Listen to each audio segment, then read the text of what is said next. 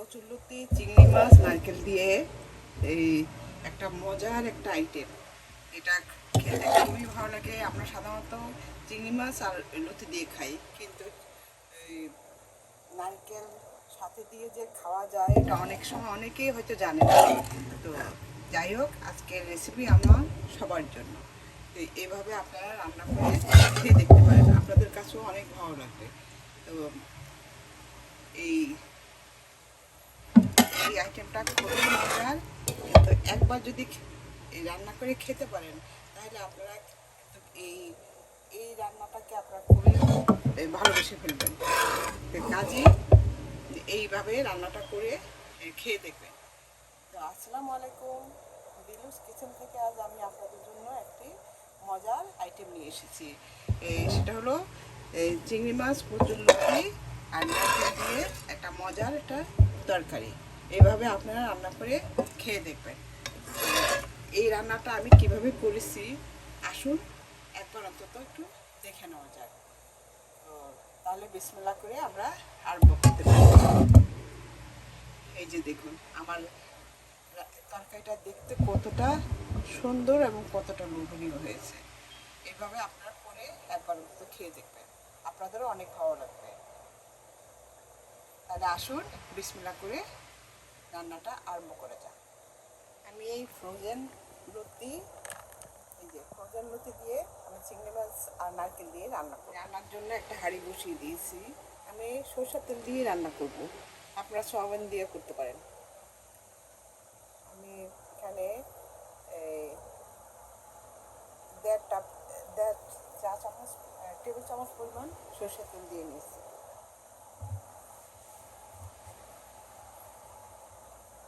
এখন আমি দিয়ে দিচ্ছি কিছু পেঁয়াজ।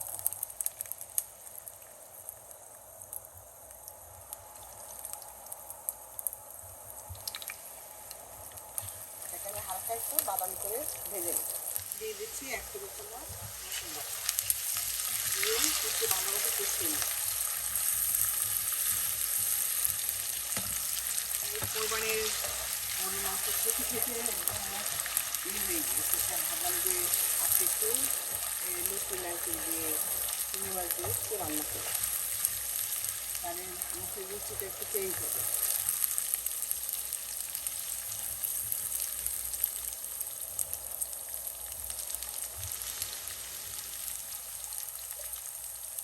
এখন আমি দিয়ে দিচ্ছি এই যে এখানে যে আমি নারকেল, হাফ কাপ নারকেল আর 2-3 কোষ রসুন আর 4টা কাঁচামরিচ দিয়ে এই যে দেখুন 4টা কাঁচামরিচ দিয়ে আমি এটাকে পেস্ট করে নিচ্ছি।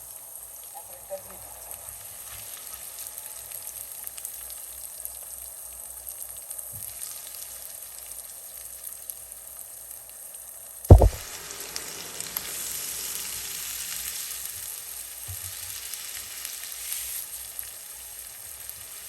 দিয়ে একটু কষিয়ে নেব ভালোভাবে। দিচ্ছি 1 চা চামচ হলুদের গুঁড়া, 1 চা চামচ ধনিয়ার গুঁড়া, তারপরে স্বাদ মতো লবণ আমি 1 চা চামচ দিয়েছি।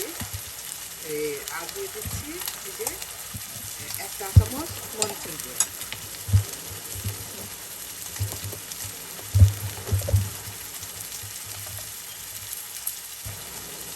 আর দিচ্ছি এই যে 1 চা চামচ জিরার গুঁড়া দিয়ে আমি এটাকে খুব ভালোভাবে কষিয়ে নেব।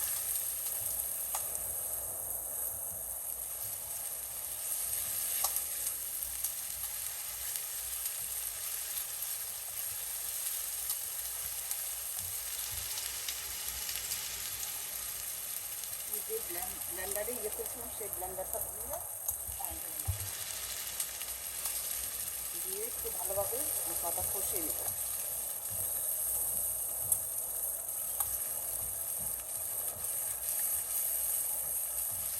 এইভাবে আপনারা রান্না করে একদিন খেয়ে দেখবেন, আপনাদেরও ভালো লাগবে। আমার তো খুবই ভালো লাগে।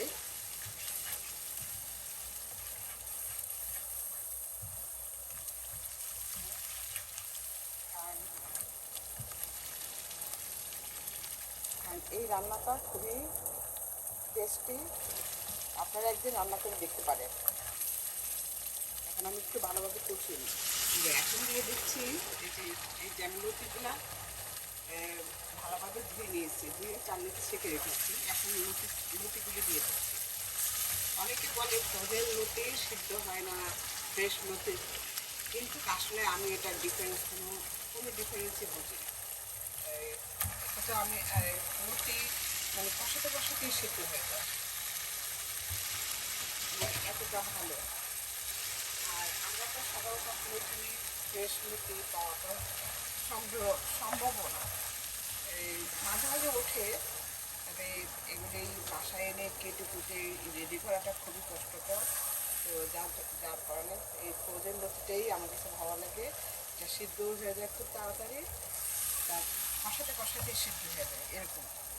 তো আপনারাও এইভাবে এই ফ্রোজেন লতি দিয়েই এই রান্নাটা করে দেখতে পারেন।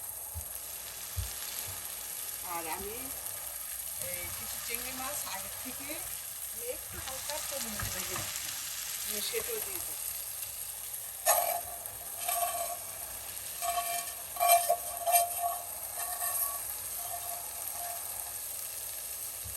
একটু চিংড়ি মাছটা একটু ভেজে নিলে ফ্লেভারটা সুন্দর আসে।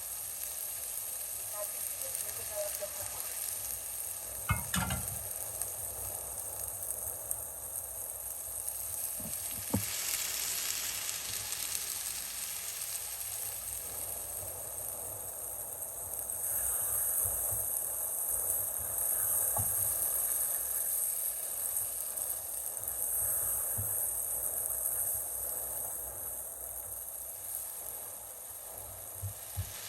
আমার এই ইয়েটা চিংড়ি মাছ লতি কষানো হয়ে গিয়েছে। এখন আমি পরিমাণ মতো ঝোল দিয়ে দিই। আমি যে চিংড়ি মাছটা ভেজেছিলাম, সেই চিংড়ি মাছের এই ইয়েটা কাঁচাটা ধুয়ে আমি একটু দিয়ে দিই।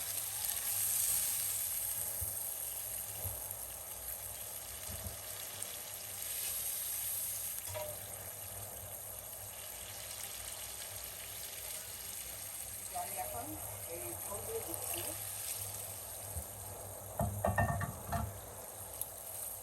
ঝোলটা পরিমাণ মতো আপনার আন্দাজ করে দিবেন, যাতে যেটুকু। আর এটা নারকেলের তরকারি তো, কাজে একটু সামান্য একটু ঝোল থাকবে, মানে মাখা মাখা থাকবে। এখন আমি এটাকে ঢেকে দিব।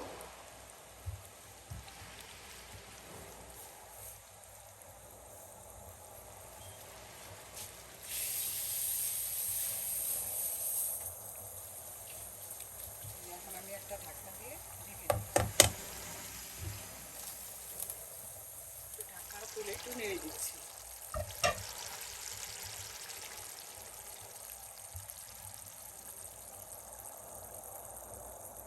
আমার রান্নাটাও প্রায় হয়ে গেছে। এখন কিছু আমি আস্ত রসুন দিয়ে দিলাম। আমি চুলার আগুনটা নিভিয়ে দিয়েছি। এই যে দেখুন আমার এই লতিটা, আপনার দেখুন কতটা সুন্দর, কীভাবে সিদ্ধ, একদম নরম হয়ে গেছে। কিন্তু অনেকেই বলে যে ফ্রোজেন লতি সিদ্ধ হয় না, এটা আসলে ভুল। এই ফ্রোজেন লতি খুব সুন্দর করে সিদ্ধ হয়ে যায়। এইভাবে আপনারা রান্না করে একবার দেখবেন। আর এখন আমি দিয়ে দিব কয়েকটা কাঁচামরিচ। কাঁচামরিচ দিয়ে দিলাম। জাস্ট আমি একটু পাকা মরিচ দিয়েছি, জাস্ট একটু কালারটা সুন্দর দেখা যাওয়ার জন্য। দেখেন আমার তরকারিটা দেখতে কতটা সুন্দর। এভাবে আপনারা রান্না করে খেয়ে দেখবেন। আমার একটু সামান্য লবণ লাগবে।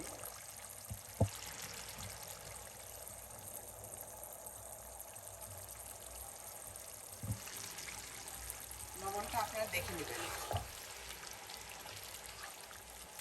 আমি আর বেশি ঝোল শুকাবো না, কারণ একটু ঝোল থাকলে, সামান্য ঝোল, কারণ ঠান্ডা হলে পরে একটু আরেকটু ঘন হয়ে যাবে।